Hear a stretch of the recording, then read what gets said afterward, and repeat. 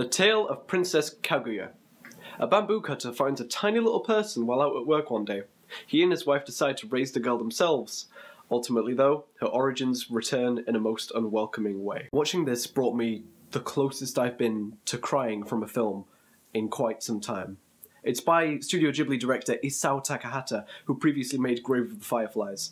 So, I guess I don't know what I was expecting, really. If you've seen anything about Princess Kaguya, you already know how much of a radical shift in animation style it takes from the rest of Ghibli's films. The animation is like nothing I've ever seen before. It creates just such a unique combination of minimalism and handcraftedness, which creates a tone that I just can't wrap my head around. Put it this way, have you ever looked at concept art for a film you've seen and gone, is it just me, or does this concept art look better than the film does? That's what it looks like. It looks like somebody took some really stunning concept art and just put it in motion.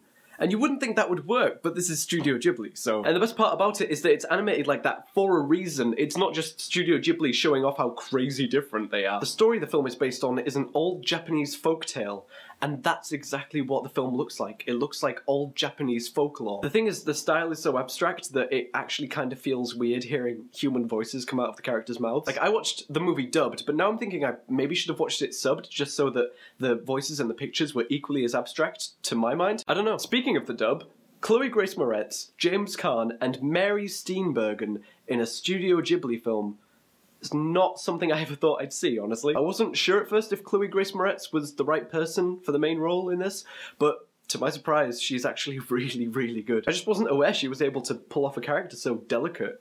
I don't know, maybe I'm just too used to seeing her as Hit Girl.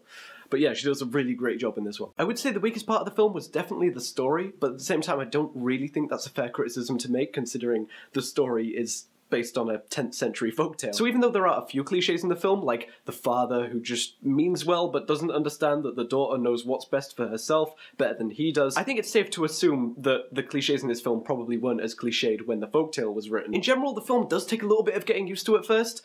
Like I said, the animation is so radically different from anything you've probably ever seen that it might take a minute to adjust. There are a few of the classic Ghibli tropes, especially near the beginning, like where something absolutely holy shit out of this world happens and the characters seeing it just sort of accept it like it's nothing. Like, do you remember in Ponyo, where the fucking ocean grows eyes and the kid seeing it is just like, huh, that was weird. There are a few moments like that in the film, but at the same time, if you watch a lot of Ghibli, you're probably used to that sort of thing by now. The Tale of Princess Kaguya gets a 9 out of 10. I recommend you watch this film on the biggest screen in the highest quality you possibly can. It is gorgeous to behold, and it might just make you cry. But as always, my name is Lawlor. Facebook and Twitter links are in the description. Subscribe for more, and I'll see you whenever the fuck.